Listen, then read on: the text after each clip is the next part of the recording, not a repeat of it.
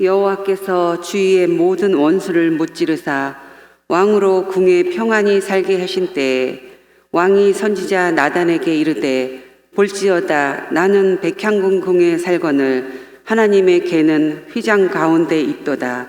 나단이 왕께 아뢰되 여호와께서 왕께 함께 하시니 마음에 있는 모든 것을 행하소서 하니라. 그 밤에 여호와의 말씀이 나단에게 임하여 이르시되 가서 내 종 다윗에게 말하기를 여호와께서 이와 같이 말씀하시되 내가 나를 위하여 내가 살 집을 건축하겠느냐. 내가 이스라엘 자손을 애굽에서 인도하여 내던 날부터 오늘까지 집에 살지 아니하고 장막과 성막 안에 다녔나니 이스라엘 자손과 더불어 다니는 모든 곳에서 내가 내 백성 이스라엘을 먹이라고 명령한 이스라엘 어느 지파들 가운데 하나에게 내가 말하기를 너희가 어찌하여 나를 위하여 백향목 집을 건축하지 아니하였느냐고 말하였느냐. 그러므로 이제 내 종 다윗에게 이와 같이 말하라. 만군의 여호와께서 이와 같이 말씀하시기를 내가 너를 목장 곧 양을 따르는 데에서 데려다가 내 백성 이스라엘의 주권자로 삼고 내가 가는 모든 곳에서 내가 너와 함께 있어 내 모든 원수를 내 앞에서 멸하였은즉 땅에서 위대한 자들의 이름같이 내 이름을 위대하게 만들어 주리라. 내가 또 내 백성 이스라엘을 위하여 한 곳을 정하여 그를 심고 그를 거주하게 하고 다시 옮기지 못하게 하며 악한 종류로 전과 같이 그들을 해하지 못하게 하여 전에 내가 사사에게 명령하여 내 백성 이스라엘을 다스리던 때와 같지 아니하게 하고 너를 모든 원수에게서 벗어나 편히 쉬게 하리라. 여호와가 또 내게 이르노니 여호와가 너를 위하여 집을 짓고 내 수완이 차서 내 조상들과 함께 누울 때에 내가 내 몸에서 날 내 씨를 내 뒤에 세워 그의 나라를 견고하게 하리라. 그는 내 이름을 위하여 집을 건축할 것이요 나는 그의 나라 왕위를 영원히 견고하게 하리라. 나는 그에게 아버지가 되고 그는 내게 아들이 되리니 그가 만일 죄를 범하면 내가 사람의 매와 인생의 채찍으로 징계하려니와 내가 내 앞에서 물러나게 한 사울에게서 내 은총을 빼앗은 것처럼 그에게서 빼앗지는 아니하리라. 내 집과 내 나라가 내 앞에서 영원히 보존되고 내 왕위가 영원히 견고하리라 하셨다 하라. 나단이 이 모든 말씀들과 이 모든 계시대로 다윗에게 말하니라. 아멘. 경영학 이론에 보게 되면 고객을 감동시켜라 그러면 고객의 주머니가 열린다 그런 말이 있다고 합니다. 아주 작은 거지만 고객이 감동을 주게 되면 고객의 주머니가 열리게 되고 그 사업이 잘 되게 된다고 합니다. 우리나라에는 참 커피숍이 많습니다. 이리 가도 커피숍, 저리 가도 커피숍, 얼마나 많은 커피숍이 있는지 모릅니다. 근데 그 커피숍 가운데 스타벅스라고 하는 커피숍이 있습니다. 우리나라에서 1조를 넘게끔 판매되는 이 스타벅스 커피숍은 제가 가서 보면 별로 맛도 그렇게 있는 것 아닌 것 같아요. 맛도 뭐 커피 맛이 좋은 것도 아닌데도 불구하고 왜 그렇게 잘 되느냐. 근데 이 스타벅스 커피숍에 하나 중요한 원칙이 있는데 작은 것에서 고객을 감동시켜라 그런 캐치플레이가 있다고 합니다. 그래서 밖에서는 어떤 삶을 이루었든 간에 이 스타벅스 커피숍 앞에 오게 되면 최고의 대우를 받게 되게 되고 그들이 존중이 여김받게 하는 것이 그들의 캐치플레이라고 합니다. 커피 맛 좋아야 되는데 다른 데 비해서 그렇게 좋은 것 같지 않아요. 그러나 커피숍에 오는 순간부터 직원들은 고객 한 사람 한 사람에서 아주 잘 대우하고 또 모든 것을 고객들에게 포커스를 맞춤으로 말미암아서 스타벅스가 이렇게 세계적인 커피숍이 되고 우리나라에서도 커피숍 가운데 가장 으뜸되는 커피숍이 됐다고 하는 겁니다.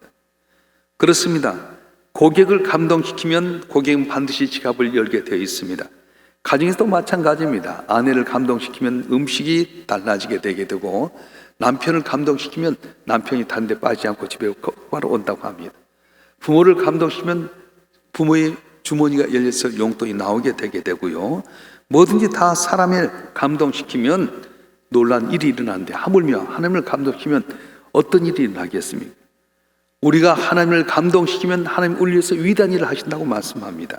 오늘 본문의 말씀 바로 그런 말씀입니다.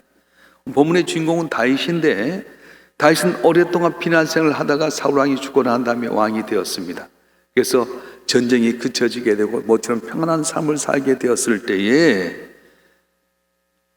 그가 생각을 하게 된 거예요. 나는 이렇게 평안한 삶을 살고 있고 백향목교에 구하거늘 하나님의 법궤는 천막 가운데 있구나. 그 생각을 했어요. 법궤를 블레셋에 빼앗겼다가 돌아오는 과정 속에서, 이 예루살렘에 올라오는 과정 속에서 갑자기 법궤가 이렇게 떨어진 위기. 그래서 웃사라고 하는 사람이 법궤를 딱 잡다가 죽음으로 말미암아 너무 두려워해서 오벳 에돔의 집에 3개월 동안 모시고 있는 가운데 오벳 에돔이 복을 받게 됩니다. 너무 두려운 나머지 법궤를 옮기지 못하다가 그가 이제 법궤를 다시 한번 정중히 말씀 가운데 해서 법궤를 직접 메고 예루살렘에 옮겨놓은 당사자입니다. 그리고 좋은 천막을 만들고 거기에다가 법궤를 놔두었습니다.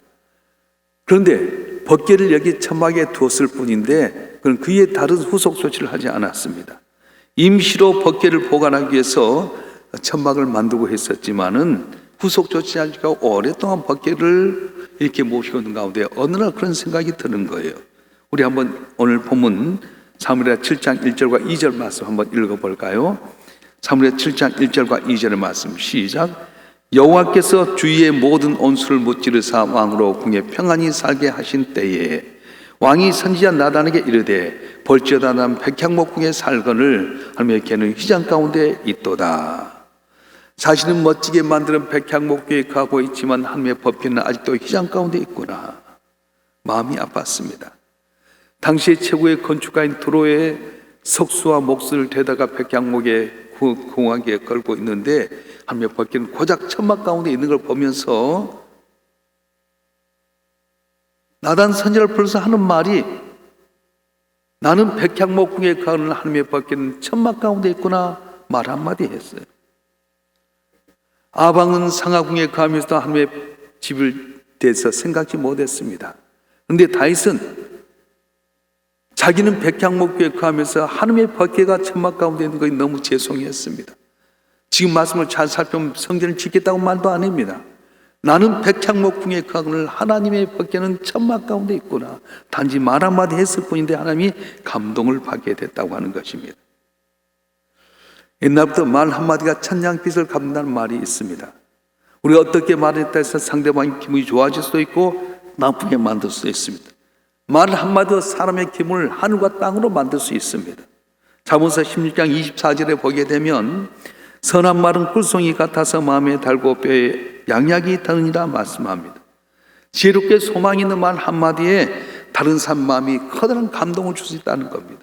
오늘 본문의 말씀에 보게 되면 다윗은 진심 어린 마음으로 나는 백향목 궁에 있는데 하나님의 법궤는 천막 가운데 있구나. 죄송한 마음을 갖고 말 한마디 했는데 하나님이 들으시고 감동을 받으신 거예요. 그래서 하나님께서 이 다윗을 기뻐하시면서 오늘 9절부터 16절까지 말씀에 보게 되면 다윗에게 크게 세 가지 약속을 하게 됩니다. 첫째는 명예의 복을 주겠다고 말합니다. 내 이름을 창대케 해주겠다. 우리 9절 말씀 한번 읽어볼까요? 9절 말씀 시작. 내가 가는 모든 곳에서 내가 너와 함께 있어 내 모든 온수를 내 앞에서 멸하였은즉 땅에서 위대한 자들의 이름같이 내 이름을 위대하게 만들어 주리라. 아멘. 내 이름을 위대하게 만들어 주리라. 명예의 복을 주겠다는 말씀이에요. 세상의 위대한 사람들 자기가 자기 이름을 날리려고 하지만 자기 힘대로 되지 않습니다. 목동이었던 다시 왕이 되게 했지만은 하나님께서 다윗을 위대한 왕으로 만들어 주었어요. 이스라엘 전 역사 가운데 이 다윗과 같은 왕이 없을 정도로 그 이름을 창대케 만들어 주었습니다. 나는 보잘것 없을지라도 하나님 감동을 시키면 내 이름을 위대하게 만들어지고, 우리가 알다시피 예수님께서 십자가 지러 가기 전에 베다니 나병 환자 시몬의 집에 있을 때에, 그때 흉악한 귀신 들렸다가 고침받았던 마리아라고 하는 여인이 와서 향유를 가지고 예수님의 머리에부터 싹 부었어요. 그리고 자기 머리털로 예수님 발을 씻었을 때 주님이 감동을 받게 됩니다. 그때 가룟 유다는 말합니다. 어찌해서 그 비싼 것을 허비하느냐? 그를 팔아서 다른 사람이 주었으면 좋았을 것을 어찌해서 허비했냐고 하는데, 주님 말씀합니다. 어찌하여 그 여인을 괴롭게 하느냐? 가만두어라. 그 내게 좋은 일을 하였느니라. 복음이 증거된 곳에는 저 여인의 일을 모든 사람에게 증거하라 말씀하셨어요. 그래서 그는 보잘것없는 여인이었지만 예수님의 복음이 증거되는 곳마다 이 여인이 옥합을 깨뜨려서 주님을 기쁘게 했던 것을 간증케 만드는 가장 위대한 이름 있는 마리아가 되었던 것입니다. 사는 성도 여러분, 권력이 있다고 이름이 높여진 것 아닙니다. 물질이 있다고 존귀케 되는 것 아닙니다. 함께 높여주셔야 존귀케 되게 되는데, 저 여러분 한 분 한 분이 항상 주 앞에 설 때마다 감동시키는 말, 하나님을 감동시킨 일을 함으로 말미암아 여러분 이름이 창대케 되게 되고 영영토 기억에 남는 귀한 삶이 되길 주님은 축원합니다. 축원합니다. 두 번째로 네가 나를 감동시켰는데 어떤 복을 주겠냐? 평안의 복을 주겠다고 말씀하셨어요. 오늘 10절과 11절 말씀 한번 읽어볼까요? 10절과 11절의 말씀 시작. 내가 또 내 백성 이스라엘 위하여 한 곳을 정하여 그를 심고 그를 거주하게 하고 다시 옮기지 못하게 하며 악한 종로 전과 같이 그를 해하지 못하게 하여 전에 내가 사색에 명령하여 내 백성 이스라엘 다스린 때와 같이 안니하게 하고 늘 모든 온속에서 벗어나 편히 쉬게 하리라. 여호와가 또 내게 이르노니 여호와가 너를 위하여 집을 짓고. 아멘. 이스라엘 백성이 가나안 땅을 정복한 다음에 끊임없이 외세 침입을 받게 되게 됩니다. 특별히 사사 시대는 이방의 공격을 받았을 때 사사를 세워서 그들을 물리치고 평안을 주었습니다. 그런데 이 평안이 계속하지 않는 거예요. 또 다른 나라가 침략에 오게 되고 사사를 세워서 물리치고 하는 세월이 무려 360년 동안 있게 됩니다. 사사 시대의 평안은 일시적인 평안이었습니다. 잠시잠깐 평안을 누리다가도 다시 이방의 공격을 받았는데 다윗이 하나님의 마음을 감동시켰더니 뭐라고 말씀하신 겁니까? 내가 너에게 영원한 평안을 주리라 그렇게 말씀하셨어요. 돈이나 권력이나 힘은 일시적인 평안을 줄 수 있습니다. 그러나 지속적인 평안은 하나님이 지켜주셔야 된다는 말씀이에요. 돈이나 권력, 세상이 줄 수 있는 것으로는 진정한 평안을 누리지 못하지만 하나님의 주신 평안은 지속적이고 영원한 평안을 누릴 수 있다고 말씀하셨어요. 바로 저와 여러분 한 분 한 분이 잠시 잠깐의 평안이 아니라 주를 감동시키는 말미암아 주께서 주신 진정한 평안이 지속적으로 여러분 삶 가운데 주님 나라 갈 때까지 항상 있어지기를 주님으로 축원합니다. 축원합니다. 또 한 가지 무슨 복을 주냐면은 자손의 복을 주겠다고 말씀하셨어요. 명예의 복을 주겠다, 평안의 복을 주겠다, 그러면 자손의 복을 주겠다고 하셨는데 12절 말씀을 제가 쉬운 성경으로 한번 읽어보겠습니다. 네가 나이 많아 죽을 때 나는 너의 몸에 태어날 아들들 중 하나를 왕으로 세워 그의 나를 굳건하게 주겠다. 쉬운 성경이 이렇게 기록이 되어 있어요. 다윗은 사울왕의 가문을 뒤를 이어서 왕이 오는 사람입니다. 그런데 다윗이 죽고 나면 다윗의 후손 가운데 왕이 될 수도 있고 사울왕의 후손이 왕이 될 수도 있습니다. 그런데 하나님께서는 네 몸을 태어난 아들들 중에서 왕이 되어서 네 뒤를 이어나가게 될 거라고 말씀하셨어요. 14절 15절 말씀 읽어볼까요? 사무엘상 7장 14절 15절 말씀 시작. 나는 그에게 아버지가 되고 그는 내게 아들이 되리니 그가 만일 죄를 범하면 내가 사람의 매와 인생의 죄로 징계하려니와 내가 내 앞에서 물러나게 한 사울에게서 내 은총을 빼앗은 것처럼 그에서 빼앗지는 아니하리라. 아멘. 무슨 말씀입니까? 사울왕이 주 앞에 범죄했을 때 하나님께 그 사울왕의 왕위를 빼앗아서 다윗에게 주었는데 다윗 너 때문에 네 후손들이 잘못할지라도 사울왕에서 왕위를 빼앗은 것처럼 빼앗지 않겠다.